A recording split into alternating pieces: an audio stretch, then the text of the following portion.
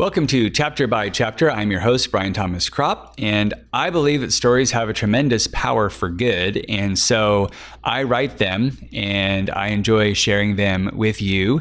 And if you are unfamiliar with this podcast, this is an opportunity for me to kind of reach out and connect with other people through the books and the stories that I write.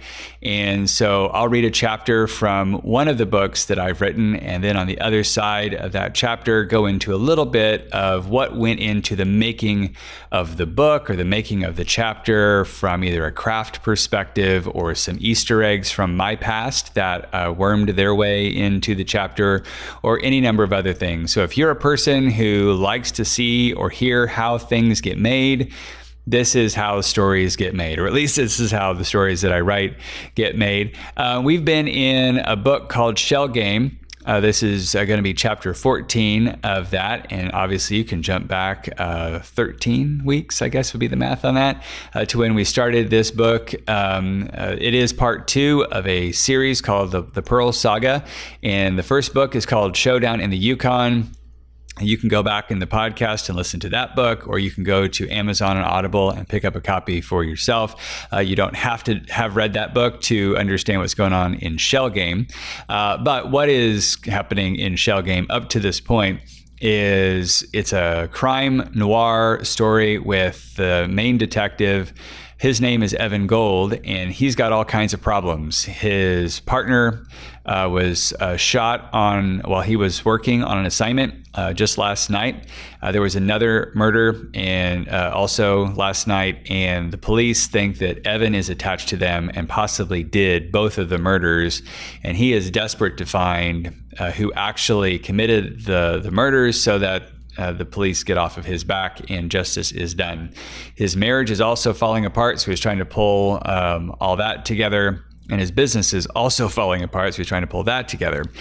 He has run into this mysterious pearl. He was at a flea market and purchased a sack of just junk jewelry, and there was this mysterious glowing pearl-like thing that has captured his attention, and I think he has already had a couple of conversations with this pearl. It's talked back to him. There's kind of this fantastical thing going on there. He doesn't know what to do with that. His client that hired him at the beginning of the story, Claire Porter, is possibly the last person, or at least one of the last people to have seen Evan's now dead partner, Gabe Silver, before he got killed. And so he's just come from meeting with her and getting her side of events from last night, and he doesn't really know how to move forward. He suspects that he's gotten some truth from his client and some lies and just doesn't know what the truth is. So he's coming back to the office trying to get his head clear. And so that's where we are with this chapter. Thanks for being here. We will get to chapter 14 in Shell Game right after we hear from this week's Shameless Plugs. Chapter 14. It took a while for Evan to make his way back to the office. His conversation with Claire Porter had gotten under his skin the way only a woman could accomplish. He didn't like it. He didn't appreciate her damsel in distress routine and the obvious pull at his emotions. However, there seemed to be some truth in it.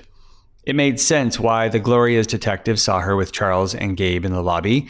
She was playing a game, but it might just be for protection from whatever bogeyman was out there. What stuck in Evan's craw even more was his reflexive desire to rescue, to save the day. In 24 hours, he had a marriage, business, mysterious pearl, flighty client, and the honor of his partner to rescue. He laughed to himself as he wondered what saving the day would look like if he did it. Then he looked up at the continuing fog and wondered if anyone would see it if he did save the day. It was nearly 4:30 by the time he'd made his way back to fill Sophie in on the events of the afternoon. "Hey there, stranger," Sophie said, looking up from her typewriter. "I was about to put together a search party.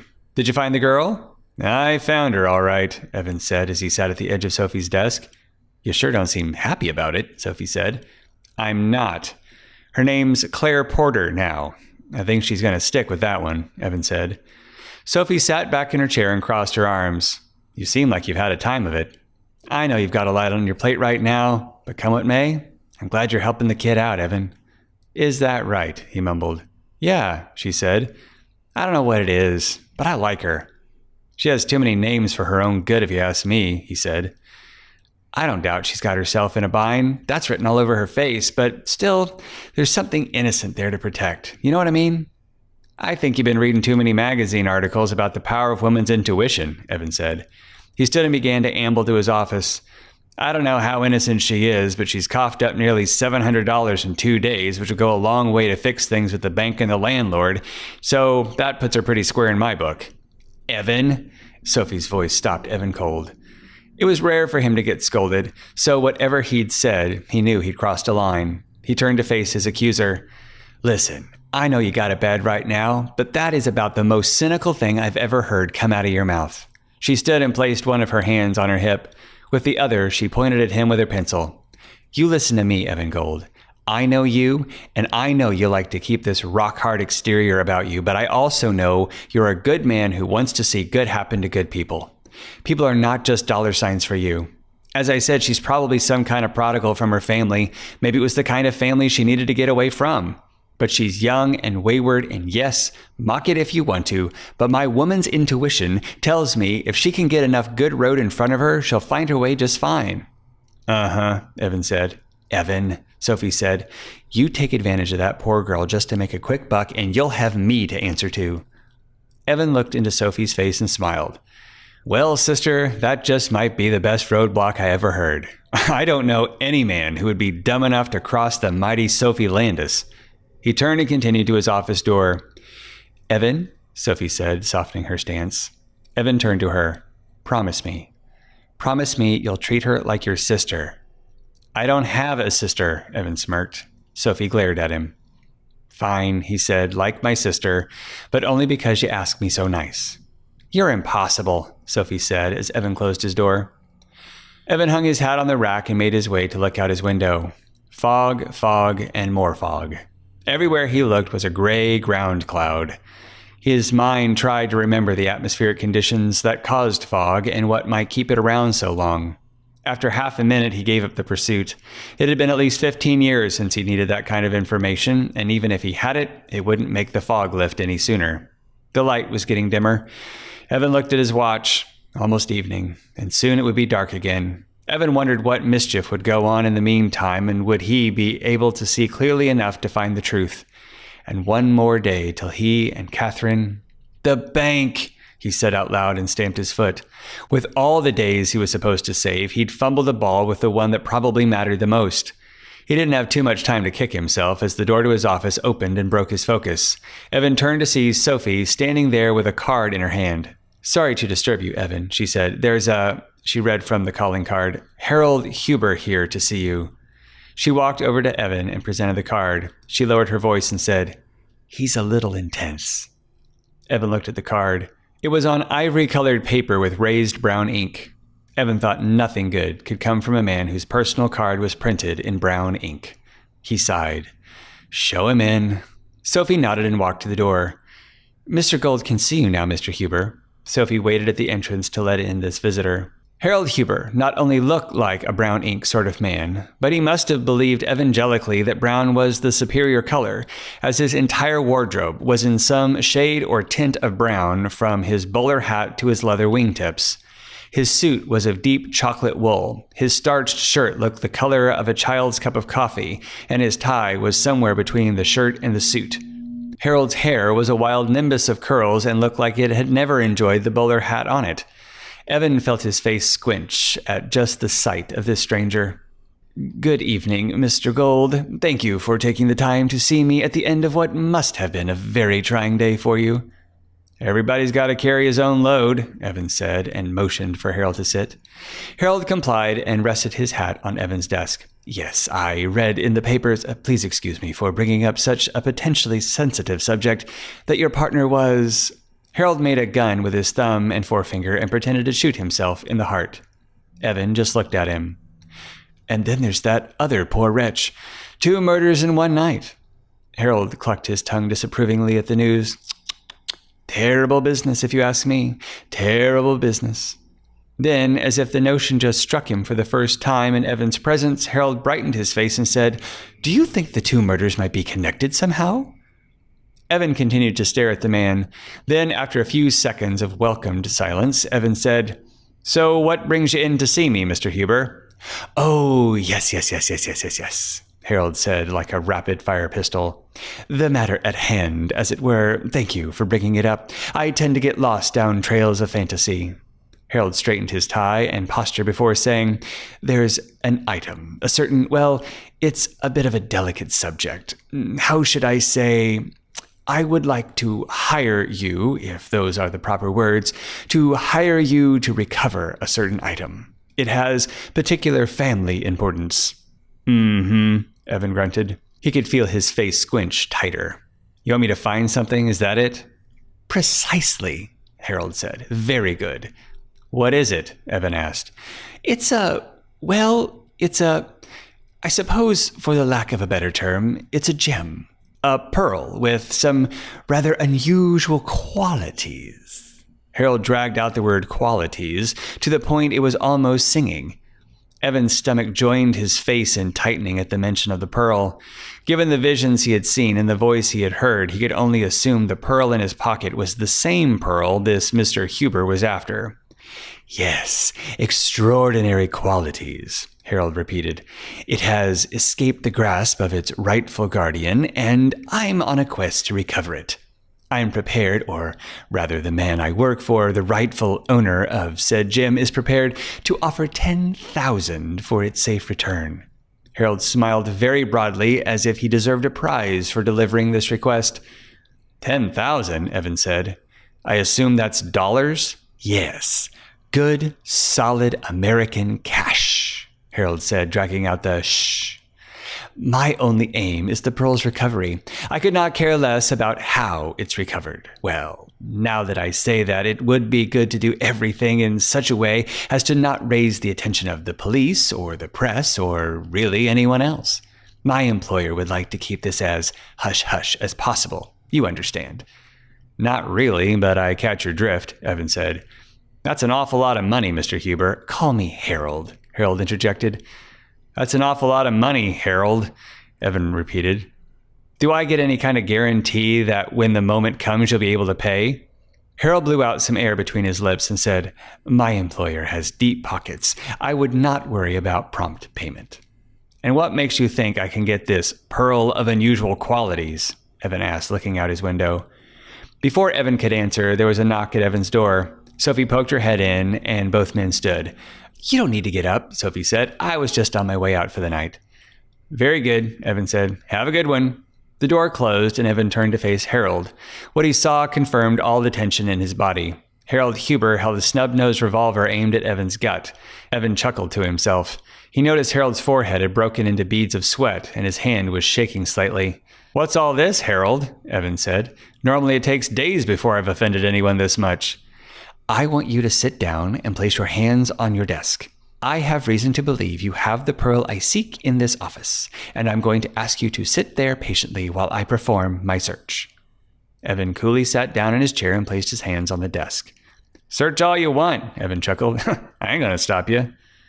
Harold made a tight and brief smile as he bent down to open Evan's desk drawers. When Evan saw Harold's attention shift to the drawer, he rammed his elbow into Harold's ribs, knocking him away from the desk.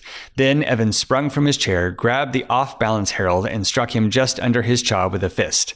Harold's head snapped back into the side. An instant later, Harold Huber was unconscious and crumpled on the floor like a pile of brown laundry. Evan stood over this would-be thief and shook his head while massaging his knuckles.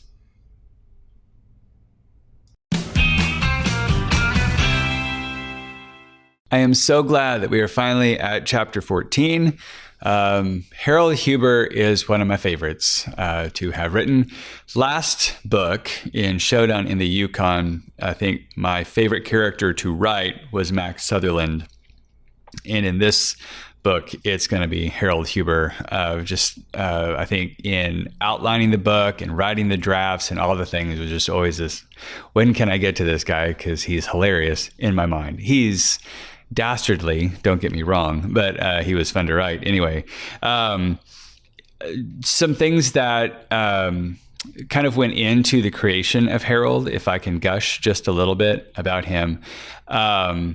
There's a picture in my mind of an old Disney cartoon called The Rescuers. And if you haven't seen it, it is creepy as all get out. It's about these two mice who are asked to rescue this girl from this horrible woman named Medusa. And she's got a sidekick named Snoops, who is a dunderhead. He's evil, but he's also a moron. So, but in my mind, Harold Huber looks a lot like Snoops. And in his dress and in his hair and all the things, that is the picture in my mind is Snoops. Now, he doesn't have the personality of Snoops because Harold Huber is not quite the idiot that Snoops turns out to be. But all of the outfits, the suits and the brown and all that kind of stuff kind of stems from him. But then when I was in middle school to high school, there was a resurgence on MTV of an old 60s television show called The Monkees. And I got into that show because I thought it was very funny. And in one of the episodes, there was some highfalutin lady that they ran into who printed her business cards in brown ink. And there was some kind of disparaging thing like, oh, she seems like the kind of person who writes in brown ink. And I don't know why it came up in this chapter, just reminded me of that, like, oh, he's the kind of person who would write in brown ink. So I don't know what that exactly means, but it's Harold, whatever that is. But there was also like one of the things that was fun with Max Sutherland in Showdown in the Yukon was, in my mind, his voice was his accent, I guess, was very distinct. He was very Foghorn Leghorn, just a Kentucky Fried Chicken kind of voice in my head. Just very, very Southern and very like, aristocracy Southern kind of guy. And I have found that if I can, for some characters, if I can find an accent for me to be thinking of as I'm writing, that helps me with word choice. And so I think one of the things that you can get on my website is a book called, very short, called For the Benefit of Mr. Kite. And in that one, I had the accent of like this British Jane Austen kind of PBS Masterpiece Theater kind of voice as I'm writing this whole thing. And that kind of helped me with word choice, because there are some words that accent says that a different accent wouldn't say. So in this case, I don't know why, but there was a character on Saturday Night Live for a while named Stefan. And Stefan was this really avant-garde person who knew all of the really edgy clubs in New York, and he'd be brought in to the Weekend Update to say to the tourists what all the cool clubs are. And it was usually an opportunity for the writers of the show to try to get the actor who's playing Stefan, to break character and to fall into pieces laughing. And it was enjoyable to watch. Bill Hader just fall to pieces quite often. But the just kind of the snootiness and the weirdness and the yes, that all kind of comes from that. So kind of the sliminess of Harold is Stefan, while he has the look of Snoops from The Rescuers. The other thing I wanted to point out was both Sophie has this theme, Sophie being Evan's assistant, has this theme running through the whole book of trusting her woman's intuition, which I don't know how much that is still in the ether today. But when I was watching television as a kid and watching these reruns of the Dick Van Dyke Show and Beverly Hillbillies and Petticoat Junction and all these things from the 60s, that came up a lot, and I'm thinking it was just because we were on the front edge of the women's liberation movement and ERA and all that kind of stuff. There was just this thing out there. There's all this stuff about women's intuition, and I don't know that anybody has intuition in the way that I can just kind of feel things like spidey sense and be able to predict things and move forward. And I mean, we all kind of have gut feelings about things, but I don't know that anybody, woman or man, has intuition that way, like Spider-Man. And that plays out quite a bit. As she and Evan kind of go back and forth on this whole women's intuition thing, and she thinks that it's true and he doesn't. And it's part of the fun of writing those two. But the nice thing is that even though he doesn't agree with her on that, she is, I think, the one person in this whole ecosystem of Evan Gold's life that can call him on the carpet and say, you're acting like a jerk and you need to do different things. So she may or may not have women's intuition in the sense that she's always right about things or about people, but she is right about Evan. And so he does well to listen to her advice and her warnings and those kinds of things. One of the things that is true in a lot of stories is you have a hero character and then you have a guide character. So Frodo and Bilbo have Gandalf. Harry Potter has Dumbledore and Hagrid and other people in his life that serve this role as a guide. You probably, as you have lived your life, there have been people who have helped you get from one place to the other developmentally, and they've kind of guided you there. They're a little bit ahead of you. And in this, at least in this sense, Sophie is acting in that role for Evan. That she sees some things that if he's not careful about, he's going to trip over them and it's really going to hurt him and the people that he cares about. And so she's, even though she may or may not have intuition, she at least knows enough to help him move forward. And he is wise when he listens to her counsel and is able to adjust accordingly. I guess had she had actual women's intuition, she would have shooed Harold out the door before he pulled a gun on her boss. But, you know, it is what it is. I hope you come around next time as we get into chapter 15, where we find out a little bit more about Harold and the aftermath of Evan knocking him out, and just kind of see what transpires after that. I thank you for being here today to be a part of Chapter by Chapter. I would enjoy getting to know you and meet you, and the best way to do that is through email. And I mentioned this last week, but things are kind of, I think, broken over on my website as far as email goes. So I'm going to put my email address in the show notes, and if you would like to be a part of my readers group, just email me at that email address, and then I'll put you on that list and send you some thank you gifts just for being a part of that. And if you like the show, tell others about it, leave the ratings and the reviews and all the things. That really does help. Go let people know that the books are over there on Amazon, and if you like them, maybe some of your friends will too. If you want to catch up with Shell Game, this one is actually over on my website too, in the blog for nothing. So you can just go and read it. You don't have to go to Amazon either. But that's the show for this week. I hope you have a great week, and I look forward to meeting you back here next time.